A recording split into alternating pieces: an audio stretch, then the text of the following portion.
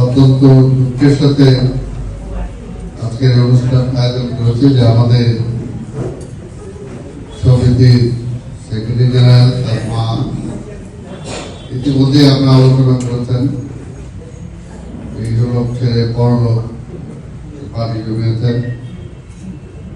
আমরা সবাই ওনার জন্য দোয়া করি, আল্লাহ ওনার কবরটা মাফ করে বেশ নসিব করুন। সবাইকে যেতে হবে এবং বিশেষ করে মা হারানোর ব্যথাটা এটা ভোলাটা খুব মুশকিল।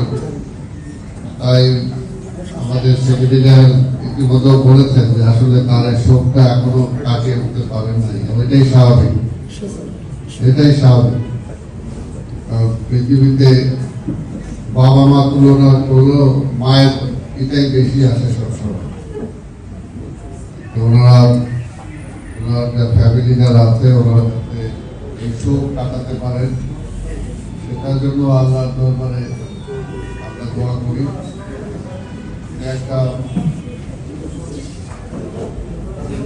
প্রসিদ্ধ মুসলমান ফ্যামিলি থেকে এসছে এবং আমার জানা মতে আমাদের সিলেটের যে বাবা শাহজালাল তার সাথে যারা এই দেশে এসেছিলেন সেসব ইসলাম প্রচারে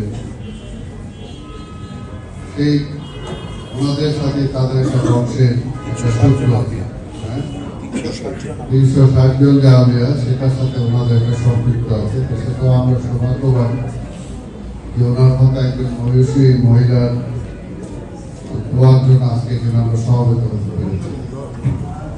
পাশাপাশি আমরাও আমাদের মা বাবা হারিয়েছি, মা বাবার জন্য আমরাও দোয়া করবো এবং আমাদের জন্য দোয়া করবো।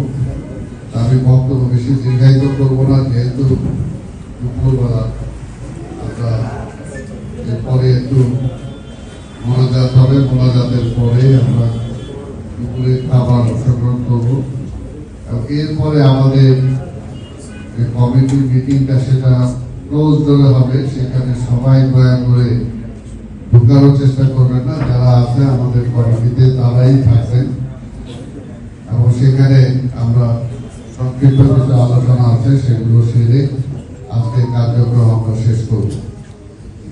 আমি আমার ওনার মায়ের বিশেষ প্রতি আমি শ্রদ্ধা জানাই এবং তার পরিবারের প্রতি আমরা সমবেদনা জানাই এবং আমরাও আমাদের পরিবার পরিজন যারা চলে গেছেন তাদের জন্য দোয়া করব। আমি আর বক্তব্য দীর্ঘায়িত না করে আজকে সবাইকে এখন দোয়া ও মোনাজাতে অংশগ্রহণ করার জন্য আমি অনুরোধ করছি।